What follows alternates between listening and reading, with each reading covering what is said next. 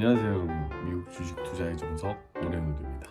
요즘 BYD며 샤오미며 주가도 떨어지고 말이 많은 테슬라, 이대로 괜찮은지에 대해 얘기해 보려고 합니다. 바로 가보시죠. 먼저 새해니까 미증시 간략하게 정리하고 가도록 하겠습니다. 맥7부터 대부분의 주가가 다양하게 떨어졌는데, 그 이유는 아무래도 FMC의 의사록에서 금리 인하가 적절하지만 아직 정해진 게 없다라는 뉘앙스를 보이면서이기 때문인데요. 하지만 연준에서 중요하게 생각하는 구인 이직 보고서가 3월 이후 가장 낮은 수치를 보이면서 계속 줄어든다는 걸 보여줬죠. 즉, 이 졸트 보고서는 연착륙의 신호로 보이고 결국엔 금리 인하가 일어나긴 날 것이기 때문에 너무 성급하게 급하게 생각 안 하셔도 될 것 같거든요. 건강한 조정으로 보면 될 것 같고, 결국엔 미국은 이번 연도 또한 잘 풀어나갈 것으로 예상됩니다.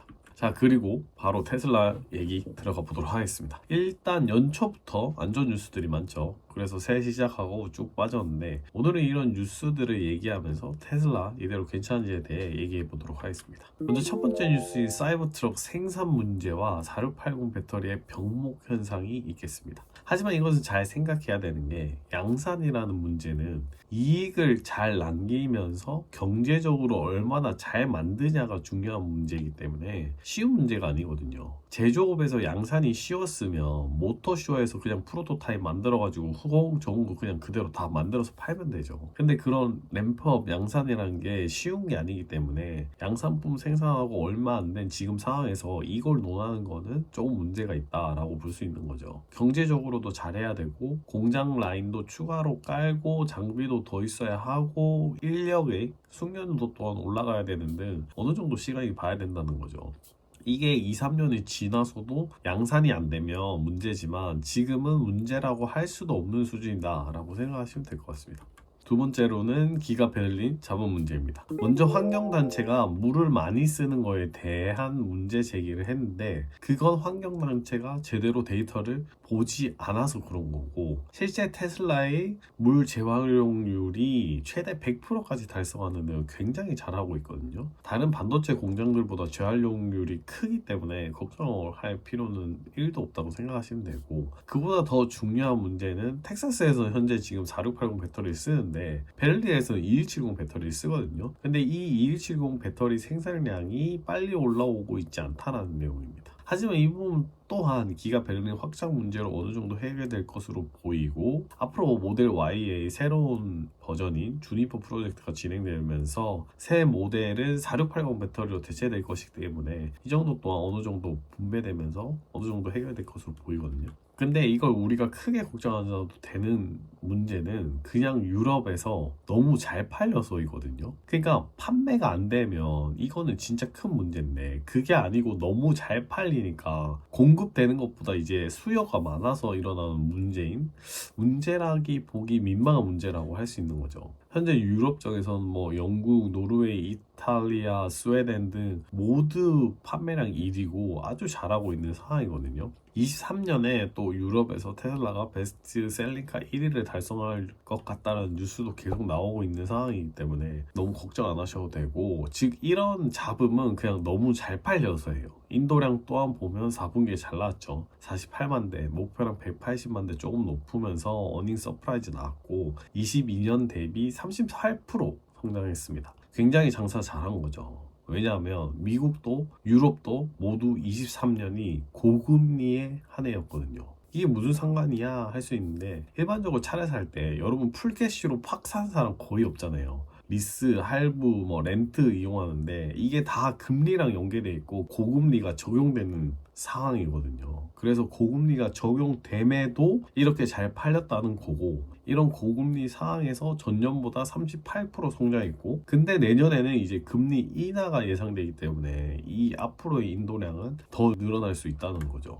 그리고 마지막으로 여러분이 가장 크게 걱정하는, 아무래도 중국 비아디의 약진과 새로운 전기차 출시라고 볼 수 있겠죠. 먼저 비아디가 테슬라 제쳤다라는 뉴스들도 나오고 말이 많은데, 이거는 데이터를 잘 봐야 돼요. 비아디는 전기차에서도 순수 전기차가 있고 플러그인 하이브리드 부분이 있거든요. 24년 발표된 판매량을 보면 순수 전기차가 157만 대로 아직 순수 전기차 총 판매량은 테슬라보다 미친 수준입니다. 근데 여기서 중요하게 봐야 되는 것은 여기에 대부분의 판매 차량이 마실용 차량, 즉 소형 전기차라는 점이죠.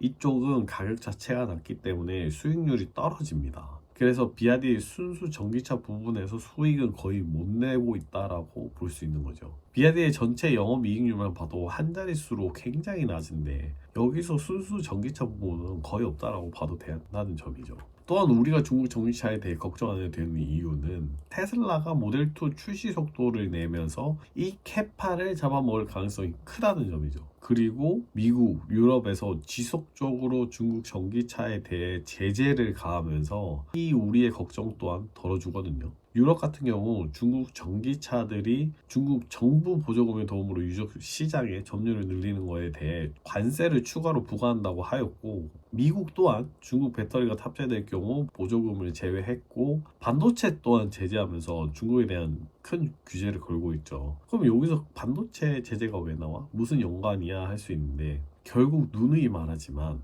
단순히 타고 다니는 깡통 전기차는 미래에 아무 의미가 없어요. 내연기관차보다 못한 거고, 미래는 빠르게 변하고 있고, 그래서 전기차에서 가장 중요한 부분은 소프트웨어 부분이거든요. 하지만 미국에서 중국의 첨단 반도체 만들지 말라고 규제를 걸고 있고, ASML이 판매하기 위한 장비들도 다 막아버렸거든요. 즉 소프트웨어와 자율주행 데이터 학습 등을 하려면 무조건 첨단 반도체가 필요한데, 이걸 다 규제 걸어버리면서 소프트웨어적으로도 중국은 현재 아무것도 할 수 없는 상황에 놓인 거죠. 즉 이렇게 유럽, 미국 등에서 중국 전기차에 대해 제재를 걸어버리면서 테슬라는 점점 그 위상이 상승할 거라는 거죠. 그 이유는 아무래도 테슬라의 오토파일럿 FSD의 데이터량이라고 볼 수 있는 거죠. 현재 7억 마일이 넘어가고 있고, 이 정도의 데이터를 보유하고 있는 기업은 어디에도 없다라는 거죠. 7억 마일은 엄청난 양의 데이터고, 이걸 또 자체 슈퍼컴퓨터 인공지능이 계속 스스로 학습함에 따라 발전 속도는 인간이 코딩하는 속도보다 더욱 빠르기 때문에 이 데이터 양이 쌓이고 학습되는 속도는 엄청 가빨라질 거라는 거죠. 그런 덕분에